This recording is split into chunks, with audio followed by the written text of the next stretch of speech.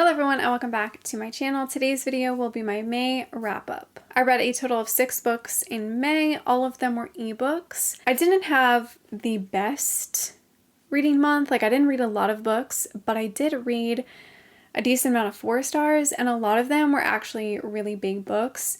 They were over 350. I think they were more like 400 to 600 pages. So even though I didn't really read a lot, I still read some bigger books, which I am happy about. The first book I read in May was Rushing In by Claire Kingsley. This is the 4th book in the Bailey Brothers series. This I gave 4 out of 5 stars. This follows Skylar, who moves back home to live with her dad after she breaks up with her boyfriend and is dumped by her publisher. And she meets Gavin, who is the youngest Bailey brother, and he is kind of a wild child. He's a little bit of a daredevil, and he's a firefighter who works for Skylar's dad. I really enjoyed this book. I actually cried quite a bit. I was very emotional while reading this book, especially when it came to the Bailey family and Gavin reminiscing on his parents and stuff. That whole part just really made me sob. Gavin and Skylar are both very different characters.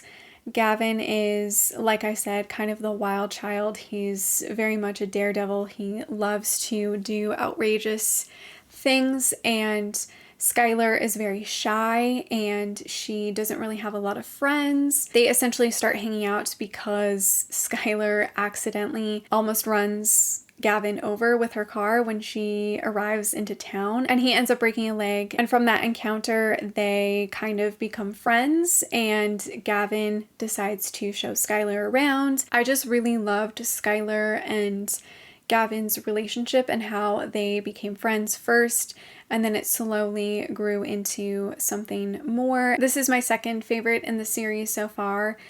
I think Unraveling Him is still my favorite. I also really love how Gavin's grandmother always gives people nicknames. I just think that's really sweet, and I love how that's a true sign that the characters are meant to be together. Rushing In was unexpectedly very emotional, but also very steamy. I really enjoyed this book. Then I read Things We Never Got Over by Lucy Score, which I had initially given 4 stars, but I changed my rating to 3 stars. This follows Naomi, who is kind of a runaway bride. She goes to this small town to help her twin sister who is in need of help, but upon arriving in this small town, she learns that she has a 11-year-old niece, and her sister has left her with this niece, and Naomi has really no job and no place to stay, no plan, and in comes our male character, Knox, who decides to help her out. I really expected to love this because so many people have been giving it 5 stars. And like I said, initially I had liked it enough to give it 4 stars, but the more I thought about it, the more I didn't really feel like it was a 4-star read for me. This book definitely was way too long. It honestly could have been a duology. I also feel like there were so many secondary characters. It was so hard to keep up with who was who and who was related to who was friends with who. It was super confusing. I did like Knox and Naomi together. I loved Knox as a male character. He was very alpha male and very possessive, and I really liked him as a love interest. And I did like the whole small town vibes, and the mystery aspect was kind of interesting, but I also feel again, it was kind of too much for this book. Too much was happening. I also will say, even though I loved Knox and how possessive he was, it did kind of annoy me that he was so possessive, but then also didn't want anything serious with Naomi. It was kind of make up your mind. I feel like this book at times focused more on the plot, and then other times it focused more on the characters, so it just felt very back and forth with a lot of things, if that makes sense. I did like this book, I just didn't love it. Then I read 1% of You by Michelle Gross. This I gave 3 out of 5 stars. This follows Hadley, who is a pregnant single mom, and she is just trying to do the best for her kids while working and going to school. And she meets her new neighbor Elijah, who is a tattoo artist, and he wants nothing to do with her until he gets into a little argument with Hadley's little girl. He suddenly can't seem to stay away from Hadley and her children. This was super sweet and cute, but I just didn't feel emotionally connected to any of the characters. I loved how Hadley and Elijah were complete opposites from looks wise, and just from surface level they're very much opposites, but together they were just so sweet and so gentle with each other. I love how like Elijah just like slowly starts helping Hadley with everything, and he just slowly wants to spend more time with her and her kids. It was just a very easy, an adorable, enjoyable read. Then I read Bad Reputation by Kristen Becker Ritchie. This I gave 4 out of 5 stars. This is Willow and Garrison's story from the Addicted universe. This initially was released as a duology, however they released like a bind-up, and I read the bind-up. I don't know what the initial duology is like. Essentially, Bad Reputation follows Willow, who discovers that she has an older half-brother, and she decides to move across the country to get to know him and try to connect with him. And in the process, she meets Garrison, who is a bad boy who has been vandalizing her brother's house with his friends. He is very much off limits to Willow, but she can't help but be drawn to him. I really enjoyed this, but there was something about this book that felt really off. I think the pacing was kind of odd for me. It kind of felt like it jumped all over the place timeline wise. There was always a lot of scenes that were explained or like referenced, and we never got to see like the full scene. So like they would reference something that happened, but we never got to see it from Willow and Garrison's point of view. It was more just like, oh, this happened, and this is like sort of how we felt about it. The first 200 pages definitely felt like something I have already read before, and I don't know if the first 200 pages I've already read from somewhere else, because it felt like I had read that from like their newsletter in the past, or from like things that they released on their website years ago. So I was kind of waiting for more of the scenes where like Willow went to college, because that was stuff I had never read before. So I was kind of waiting for that plot to happen. It felt like we never really got to see like day-to-day scenes with Willow and Garrison. It was always just like jumping from timeline to be like, oh, this event happened, this event happened. I don't know, with the Addicted series and like the Calloway Sister series, we got to see so many like domestic everyday scenes, and I feel like with Bad Reputation that really didn't happen. Willow and Garrison are so cute together though. I really love their story. They kind of remind me of like a younger Lillian Lowe. Willow is very shy and quiet and a good girl. Garrison is kind of a troublemaker.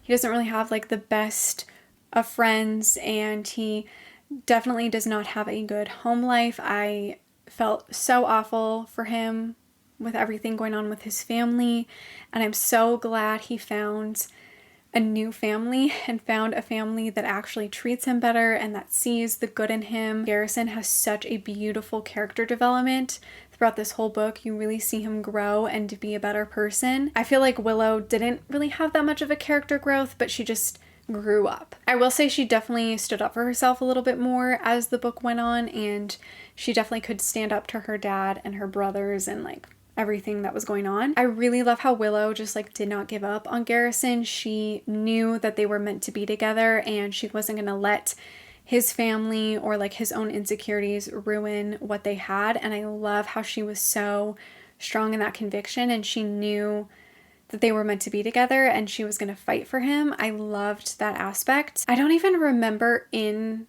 the Addicted series when Garrison like moved in. Like, did we see that in the books? I feel like I don't remember that. But I loved his little scenes with Moffney. That was so cute. And when Moffney would call him Uncle Garrison, like that was so cute. I loved that. I feel like the ending was a little rushed. I am glad that we got to see some of those final scenes. Like some of those were really beautiful. I loved the little Abby family. I loved them. I just wish there was a little bit more like one-on-one with Garrison and Willow. I feel like often the core six was always there, and it was hard to kind of have just like these one-on-one scenes with Willow and Garrison getting to know each other and like building a strong relationship. Also, one thing that really, really bothered me about this book, when it was Willow's first time, we didn't actually get to read about it in real time. We got to read about it as a flashback, which was so odd. It was like, I don't understand why they couldn't just write their first time having sex together in like present time instead of like referencing it as a flashback. That was just weird to me. I didn't really understand the point of that. I think that's my main issue with this book, is a lot of things were referenced and we never got to see them actually play out. I also will say I love how Garrison was so into Willow from the beginning. Like, he was super into her and he just didn't want to scare her and he didn't want to like push her away, but he was like into her from day one. Even though I had some issues with this book, I still really loved it and it was so nice to be back with this family. It still was a beautiful, heartfelt friends to lovers romance. I'm so glad I finally read Willow and Garrison's story. Then I read 10 Trends to Seduce Your Best Friend by Penny Reid, and this I gave 4 out of 5 stars. This follows Winifred, who is a science teacher, and she also has a social media platform where she talks about science. And Byron is a famous author.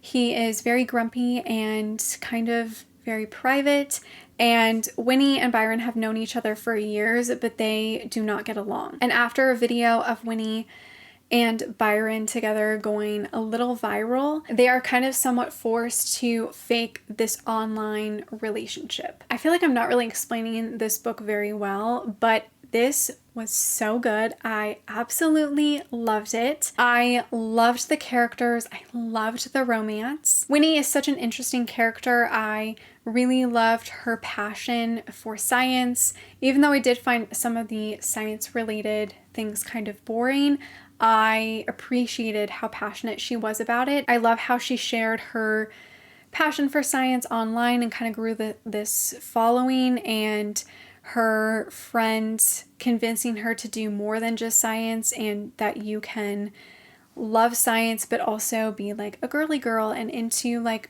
girly things, that you don't have to just be interested in one thing, that you can be interested in multiple things. I really loved how Winnie became passionate about that too. The chemistry between Winnie and Byron was insane. I loved their chemistry so much. I could just feel that they were both like super attracted to each other, but like didn't know how to deal with that and like didn't know what to do. They're both such smart characters, but they are so dumb around each other. It's so cute. Also, Byron's drunk love confession was just my absolute favorite scene. I loved that scene so much. Everything that he says was just like amazing. I literally wanted to like highlight all of it because I was just like, this is amazing. I love every word that he's saying. I'm literally never going to forget about that scene because I absolutely loved that moment in this book. This book is definitely like boy falls first, boy obsessed. Like, he has loved Winnie from like day one, and I absolutely loved their interactions and like Winnie not